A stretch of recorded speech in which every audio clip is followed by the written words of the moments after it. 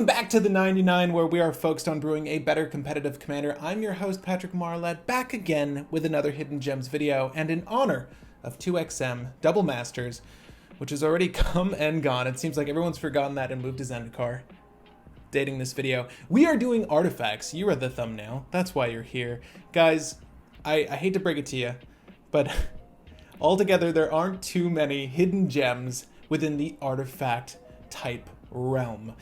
Most artifacts that are viable get used, and that is because artifacts can slot into any list. And yes, there are artifacts that have color typings to them, but we will be ignoring those for this video as we do colored hidden gems as well, and we'll likely remark on any hidden gem artifacts with colors in their cost in those videos. These are all artifacts you can place into any list, so that is there for you if you are interested in adding to your arsenal of artifacts. But before we jump into this video, I want you guys to know that if you like the content here and you want to help support it, all the production costs that go into making this for you, the best way to do so is by Patreon, and there's a link in the description to support the Patreon, support the channel. Thank you for making that choice if you do back us. Guys, also note that as a benefit, I like to play pickup games either weekly or bi-weekly, or even sometimes twice a week with the Patreon crew. So if you want to game with me and check out new lists as they come out, a ton new list will be coming out this very year. Again, dating this again, it is September 2020. There you go. Now you know it is precisely the 4th when I'm getting to this video, so you know it's a little bit later. I will be able to play those decks with you guys, and that's a fun way to get a first look at something I am testing. Bear in mind, a lot of the decks I like to break out are 80-90% before they're 100, and then I showcase them on the show. Beyond that, you'll also get a special shout out leading up to 99, and then we'll probably do some sort of roll of all your names, and I'll shout out a handful of people. Because I've gotten used to it. I've gotten used to it. Although those end rolls, they do get long. Rather, me speaking your names get long. But that's all because I appreciate you guys so much. Now, if you're wondering why I'm looking off to the side of the screen, it's not you. It's nothing to do with you. I have a list of all the artifacts I'll be discussing with you. And in order, there are draw effects, ramp effects, stacks effects, protection. Don't ever leave home without protection, kids.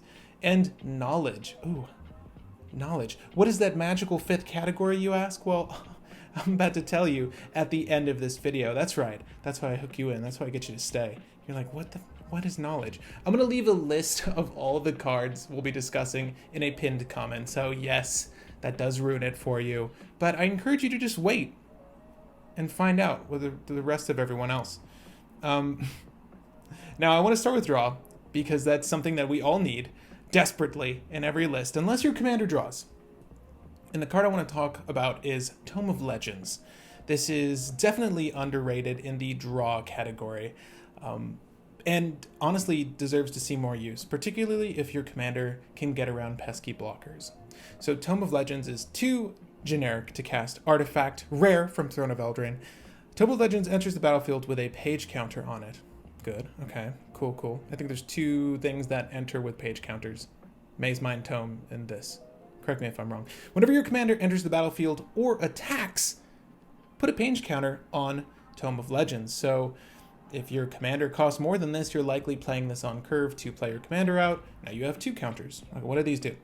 Pay 1, tap it, remove a page counter from Tome of Legends, draw a card.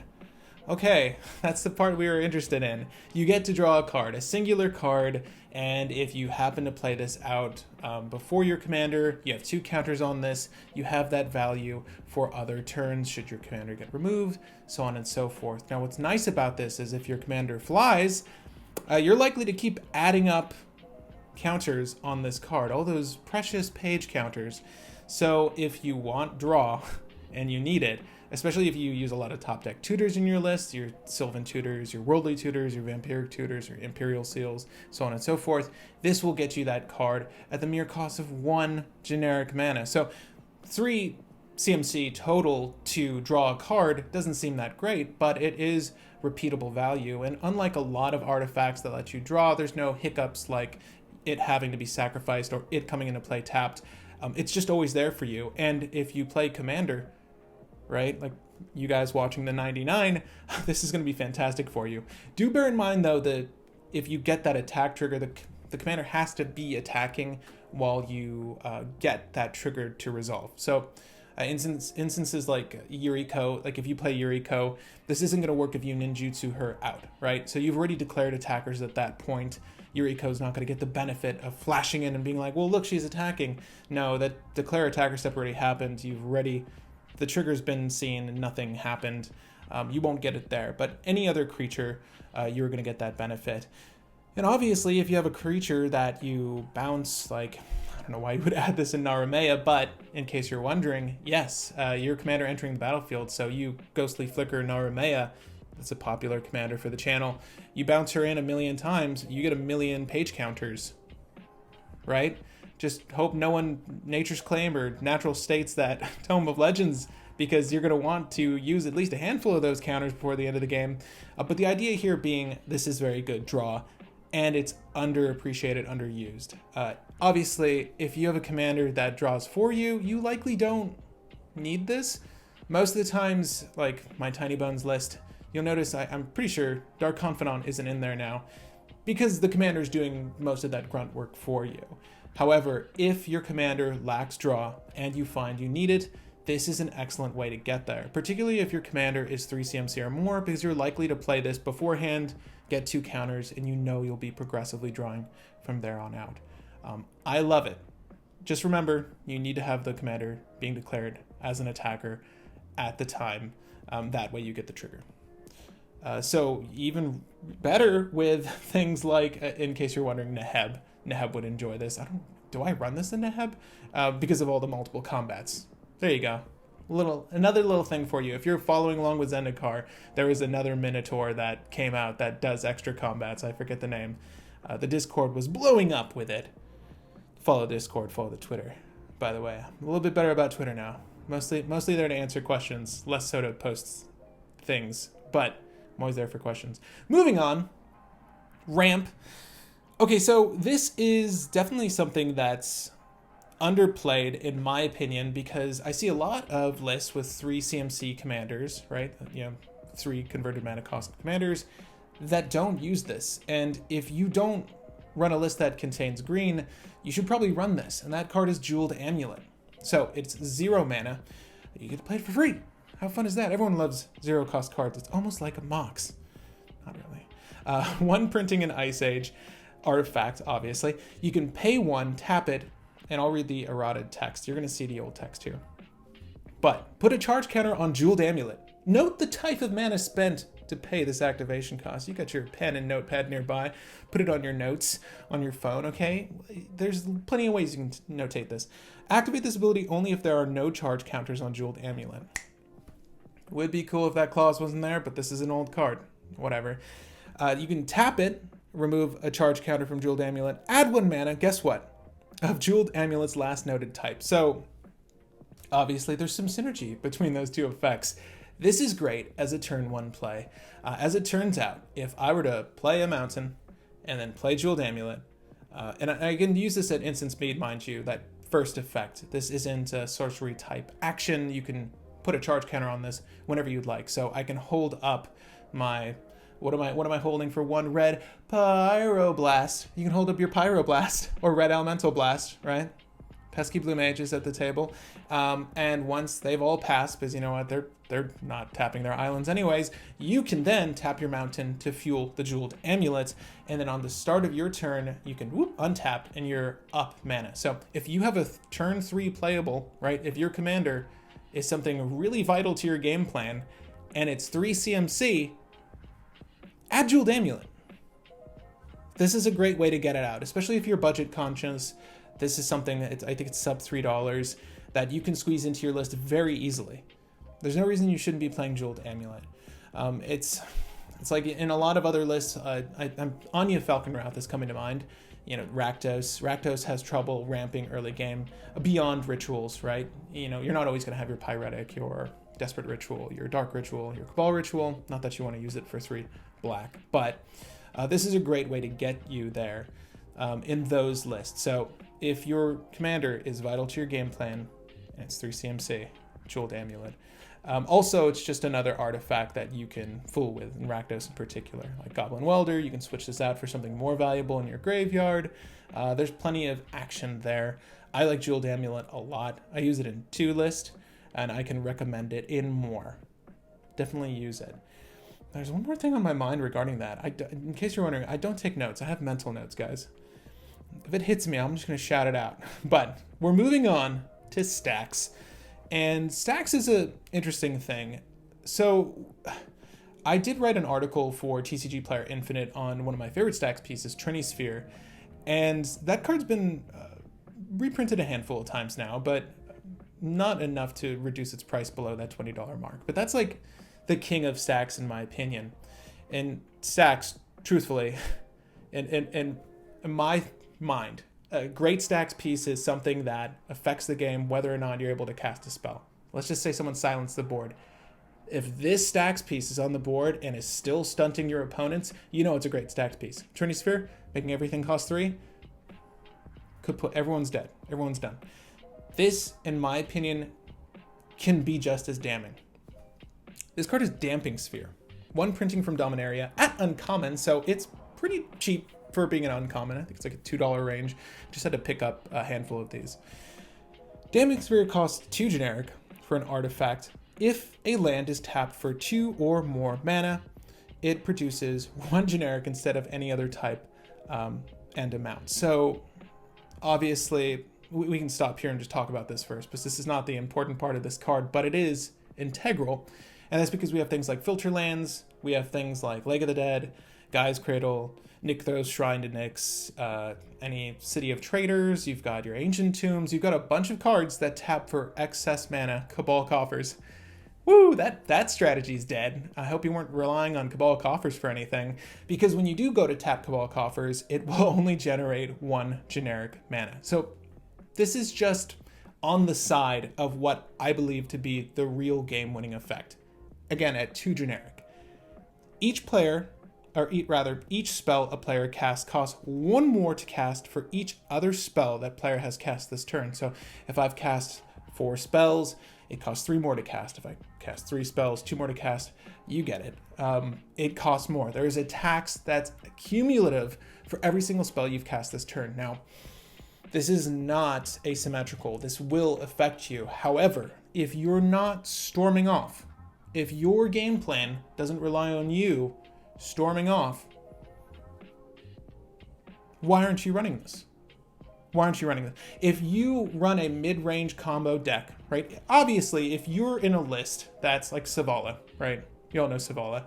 And you're trying to win on turn 3, you're not laying down stacks pieces. This is not a concern of yours.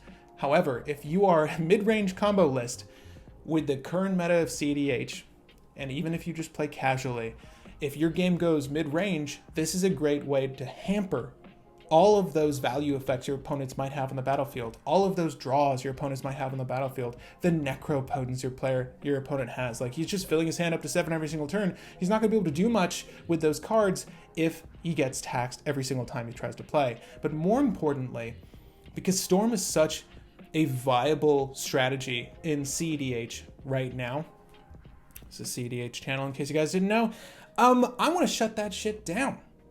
And this thing does it all the time. And it's funny because, the common argument here is that, well, I could just bounce it, I could just remove it. Well, that's like 1 of 99 cards, and who says you get there, right? In a lot of instances, if you don't get there, this is going to help slow down the game. And if you're not a Storm player and you rely on 1 or 2 casts to win a game, you'll be fine. You'll totally be fine and get away with running this. I highly recommend it. It's one of my favorite stacks pieces, and it's one of the ones I feel is underplayed in the game right now. It certainly deserves way more attention, and I'm surprised it was printed at an uncommon. Uncommon and at 2 mana. That's what really baffles me about this card. It's just, it's too good. It's too good. I like it. The next card I want to talk about, though, and it's funny because this also has 1 printing. I don't think it's reserved. I'm pretty sure it's not reserved. From Weatherlight? I don't know. It's brown bordered, though. Mana Web. Mana Web for 3 generic. Now, this is a double-edged sword, and I'll get into why in just a second. However, artifact, obviously. Whenever any land target opponent controls is tapped for mana, this has been errata to an opponent controls. So obviously there's more than one opponent in a Commander game. Tap all lands that player controls that could produce any type of mana that land could produce. So mind you, this for 3 CMC, and that's usually where you find the asymmetrical effects, the things that only hurt your opponents. This is causing them, so if they tap their Mana Confluence, guess what? Mana Confluence can tap for any flavor of mana, which means all of their other lands that could tap for that same flavor of mana, tap it. That Trop Island, tap it. Everything you had, go ahead and tap it. Obviously, in response to this, they can just tap out and float mana, but at the end of their turn, and as phases end, that mana goes away. Mana burn. Feel it. Yeah, they're not going to be happy. Now, here's the double-edged part. If you are falling behind, this might not be a great card to play as a stacks element. This is something that you want to play while you're ahead of the game, and you're in a comfortable enough place to say, I'm okay with you being tapped out, with you being tapped out, and with you being tapped out during this game, because sometimes, even though CDH players don't say it, there is definitely in Commander a rule that you want to keep players in to at least deal with other opponents while you may or may not be able to do so, right? That's the what is the phrase? Social contract. Social contract. Geez, it was so tough for me to fathom because there is really no social contract in CDH. You wanna run with the best and you play the best, so long as it's not banned, right? Although the RC says, you know, the ban list doesn't really matter. People rely on that when they're building their lists. So anyways, the social contract in CDH is, if I don't, you'll usually try to win it over everyone else simultaneously, right? Like, you're not trying to knock players out. There are some lists that kill people one at a time, but that's not necessarily what you're trying to do all the time. So you usually want to leave other players up to be available to respond to certain threats that you may or may not be able to.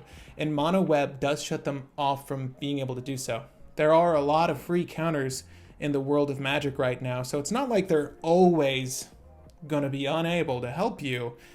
However, this will shut down a lot of the removal you commonly see, because there's not that much removal that's free. Like Deadly Rollick might be one thing you see, but outside of that, and maybe Slaughter Pact on occasion, you're not going to see much free removal thrown out there. And it's going to suck when they have to pay for that Slaughter Pact on their upkeep and they just tap out to do so.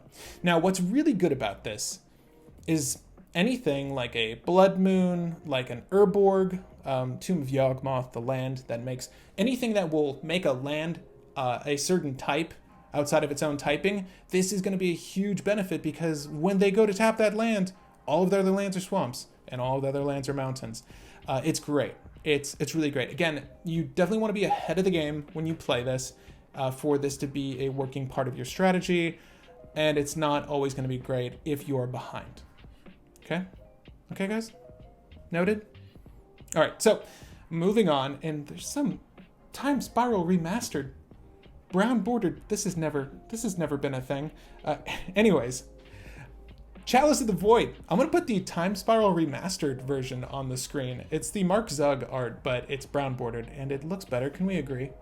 Can we start browning all the borders again? I'd like to sign a petition to brown all the artifacts again. Why did we change from that? Chalice of the Void is XX, and now we're in our protection category for the video. Artifact, obviously. Chalice of the Void enters the battlefield with X charge counters on it. So if you pay 1 and 1, that's 2 mana total. It is 1 charge counter. Whenever a player casts a spell with converted mana cost equal to the number of charge counters on Chalice of the Void, counter that spell. This is tricky and it's expensive, so I can understand if you don't want to pick it up, but if you refuse to play blue like myself, you're not going to get much counter action, right? Because for some reason, blue has been the only color to get decent counters ever. However, you do have things like Withering Boon and Mana Tithe, but they're far and few between. So if you want you want to up your counter game, this might be the only way you can do so outside of blue. Mind you, the most powerful interaction in the game of Magic. You can fight me on that. But this gives you it. So here's what I'm going to say. in between 0 and 2, this is very potent. A lot of the wins right now revolve around Ad Nauseam or Peer into the Abyss, right? So people will play Ad Nauseam. It's instant speed, but they'll play it on their main phase.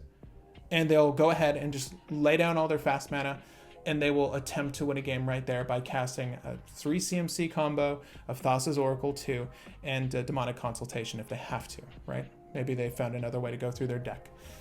Watch our recent Brew Wars and you'll see what I'm talking about. Actually, those are all 3 Thassa decks and 1 lowly Gruul deck. Maybe I should have been running Chalice of the Void. What this is going to allow you to do is counter all of that fast mana, all the 0 fast mana from that Storm player, so they can't do that. They just can't do that. Mox Diamond? No, countered. Chrome Mox? Countered. Sorry. You're really trying here. Monocrypt, do you not see the Chalice of the Void? What's really nice about this is you can plan around it, obviously. If most of your interaction game is within 1 CMC, it's all like 1 CMC cards, then putting this at 2 is not a bad thing. Okay, you're stopping your mana drain, your counterspell, all the things that are going to stunt you on a given turn. This is going to offer protection for you.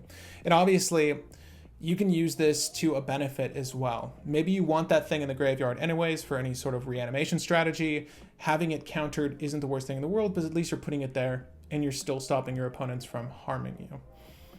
2 is tricky though if you are reanimating with Dance of the Dead, Animate Dead. Rely on Necromancy, why don't you? I like Chalice of the Void a lot. It's certainly not played enough. I think that's because I'm probably the only person in my group that doesn't play blue.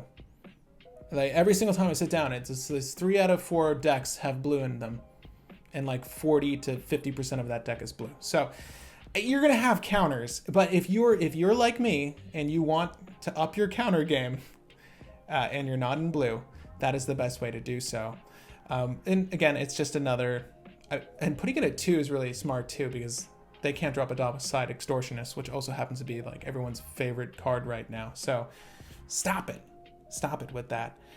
My next card on the list, so far as protection is concerned, and this is something I recently added to a list that has been benefiting me a whole lot, and I think it's worth the 3 CMC. It is Veilstone Amulet. So for 3 generic, add rare, artifact, 1 printing in Future Sight. Sometimes it's ostentatious to go insane. Whenever you play a spell, creatures you control can't be the targets of spells or abilities your opponents control this turn. Okay, you have a creature-centric plan. You have a creature strategy, and this is going to help you get there. Obviously, something like Toxic Deluge is still going to kill your creatures. But if they're on Fire Covenant, then all you need to do is cast Worldly Tutor. And you can't target my things anymore. This is essentially giving your creatures hexproof, right? Yeah. So Shroud would mean you couldn't target them, but I can still target my creatures after all is said and done. They're just getting hexproof. It doesn't say it, but that's what this is, right? Mass hexproof. So this card is phenomenal at protecting your creature-based plans or protecting your creature-based strategies. This is a good way to keep your creatures protected from any means of removal that your opponents might have, and it's only causing you to cast a spell that you probably would have off turn anyways, right? You want to use that Swords to Plowshare off turn, just have answers outside of your own turn. Any instant speed spell, this is going to allow you to protect your creatures, and you can layer it too, right? I said Worldly Tutor, but someone goes ahead and they're like, well, no, I'm going to Deadly Rollick your commander as well. And you're going to be like, okay, well, I guess I'm going to Swords to Plowshare your commander, trigger on the stack. I'm protected. That's gone. Thank you. And then their 2 spells whiff, whatever they're trying to do to eliminate your board. If you have a lot of creatures, this is a good way to go. Mind you, no one's really gunning for your dorks, or unless it's like a Deathrite Shaman. But no one's really gunning for your creatures outside of any of those value creatures, but this is going to help you in those instances. And it's really good in red, particularly if you have Goblin Welder or Goblin Engineer. You can sort of sneak this in from your grave, should it happen to be there. Was it, if it was removed or you entombed it, whatever the case, Engineer puts it there, right? At that 3 CMC mark. This is that magic number for switching in and then playing whatever form of instant speed spell you wanted to give all your things protection. Veilstone Amulet, definitely underrated. It's definitely not for every list though, right? Don't be concerned with Veilstone Amulet if people aren't trying to remove your creatures. But creature removal is pretty heavy in Commander, and it certainly should be. What's cool is that this also protects them from abilities, right? So any activated or triggered abilities, like a Gilded Drake, you can just be like, no, stop. Stop targeting me, Gilded Drake. There's a lot more there than I'm obviously mentioning, but you can see the use of this card, hopefully. Again, not for every list. This will be the cheapest beta card or alpha card you've ever purchased of value. That may or may not be true. It's probably a lie. You can buy some like lands and you can say those are of value, but this card goes way, way back into Magic's history. The Glasses of Urza. This is the knowledge. This is the knowledge I was speaking of. For one generic, Glasses of Urza, you may look at your opponent's hand. This has obviously been errata to tap to activate. Look at target player's hand. Wouldn't it be great to just like, for one mana, just look at everyone's hand? What's really nice about this? Knowledge is power. Knowledge is power in Magic, and you do have to make a lot of assumptions turn to turn. Sometimes it's pretty easy to guess what someone's tutoring when they, cast their Spellseeker, right? You can tell that they're probably jumping for some form of removal if they needed it, some form of bounce if they want to get rid of your stacks piece. Whatever the case, this gives you 100% knowledge of what they're grabbing. There's no guessing game anymore. You just know. You just know. And what's beautiful about this is that if you use it off turn, right? So you cast Glasses of Urza, I can wait, and then see where their turns go. If someone played out like 5 cards on their turn, I probably don't need to look at the 3 cards in your hand. Probably don't. I mean, unless I think you have the win, but we're all probably going to keep our eyes on that player anyways. However, I can look at the opposing person in front of me, you guys, and the player to my right, and know exactly what they have for me. And I can do so by tapping this off turn and then tapping it on turn to see at least 2 of my 3 opponents' hands. And that's a lot of knowledge. I can know the interactions they're going to have for that player, and I can know what they might have for me. I can know if their Swan Song is going to just destroy my Underworld Breach or just destroy my Smothering Tithe. I'm not going to want to play that 4 CMC spell if I know they've got a Swan Song, and this is giving me that knowledge. This is for, I would say, mostly a list that cares about historics, right? So if you play a list like Joyra or Teshar, a list that cares about casting artifacts, historics are more than that, but the majority of the historics we play are artifacts, legendaries, and sagas. Sagas are historic. At any rate, this is giving you additional knowledge for those games to make the right plays, right?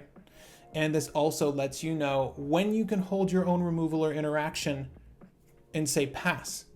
Just depending on who's making the big plays, the seating order of your pod, I can know that I can pass comfortably and just give it to this guy. If they're spiteful, they'll be like, well, you knew I had the countermeasure. I'm just going to pass. Because you know what? I'm just going to throw the game. And that's totally fine. I'll never play with that guy again. Thing is, you can lie and say that you don't have what you need to stop a thing. Or you can be honest to yourself and be like, hey, I play a card that gives me knowledge.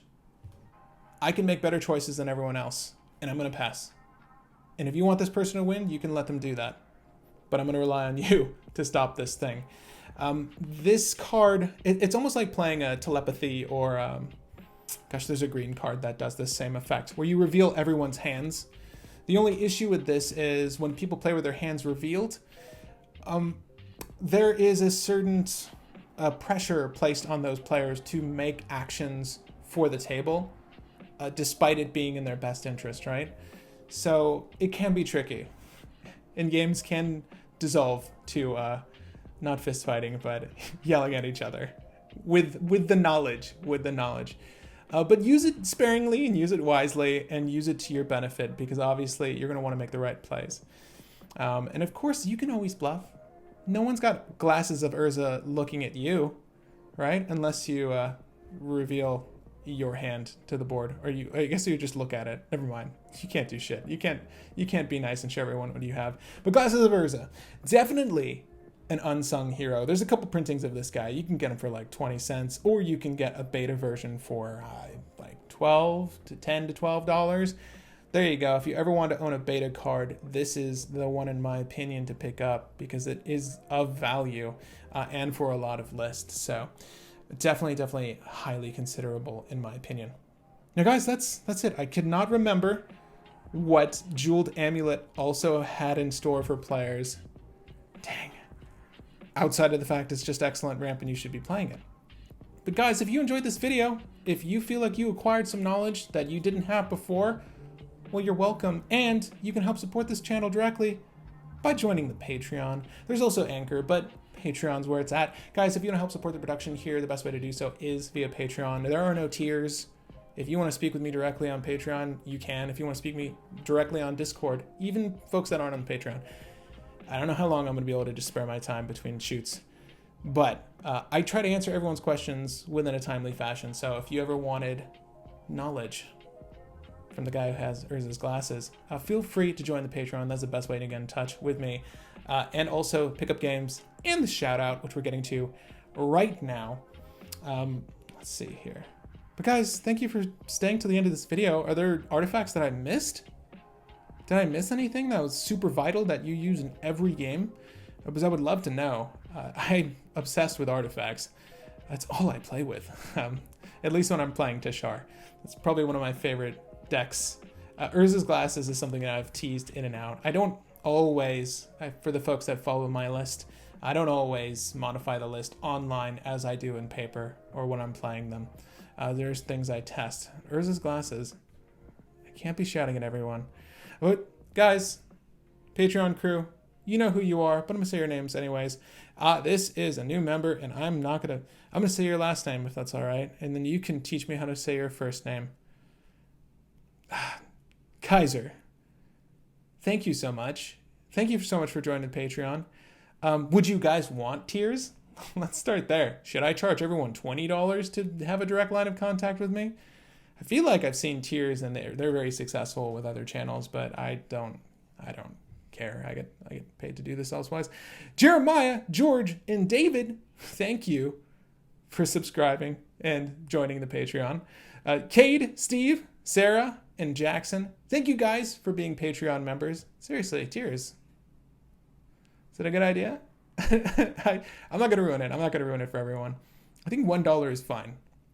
And for the few of you that go above and beyond, thank you so much. I really appreciate it when you guys do it like $20 a month. That really does help. You guys don't know. Casa, Dylan, Joseph, Wes, and Braden, thank you guys so much for your patronage. W, Western RPG winner. Someone told me that that's what they thought that is, but you can tell me yourself. W, Western RPG winner. Sage, Guillermo, M-Virus, Cryo, and Phil, thank you so much for your patronage. Thomas the Train Engine, Tornado Joe. Nick, Alexander, Spaceman, Student Eternal, and Matthew, thank you so much for your patronage. Rod, Nomad, Gunblade Knight, Austin Taylor, P. Dizzle, Jeffrey, and Ave, thank you so much for your patronage. And this is where I sneak in some secret information for you guys watching the channel. I'm recording stuff for Channel Fireball right now, but heads up, I'm going to be doing a little segment called Tech Talk over there. For folks that have been asking me, how do you combat certain strategies? How do these play lines work? Well, guess what? I'm going to do all of that over there. They have like a whole professional team of players. I'm going to try to add my professional opinion and advice over there by way of Tech Talk. I'm also going to be talking a little bit about Zendikar over there too. So keep sharing your thoughts with me over on Discord regarding Zendikar. Ave, John, Just Me, Rory, Brian, Trevor, Landers, and Corwin, thank you guys so much for your patronage. Tim, Adrian, Carlos, Kevin, Sir Fluffykins, Matthew, Kevin, Submox1, Adam, and Dante, you guys are the best. But you knew that. Joshua, Matthew, Renell, Trent, and Gregory, thank you so much for your patronage. How long have I been talking? I need to take a sip of the water. I promise this water. Gregory, Harry, Tave, Leonardo, Christopher, Carl, Craig, and Mason, thank you guys so much for your patronage.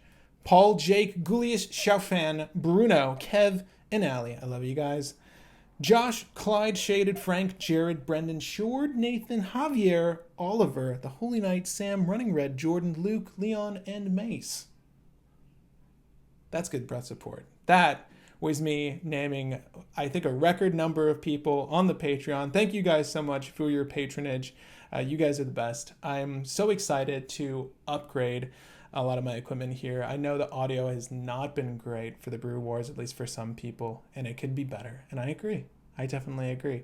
I also want to do 2 episodes a week, as crazy as that is, but I got a bunch of ideas I want to get on paper and share. And your help on the Patreon will get me there. Honestly, this has been such a great experience for me, and I hope this is a great experience for you. Thank you guys for being the best fans of the channel. Again, my name is Patrick Marlett, and happy brewing, babies.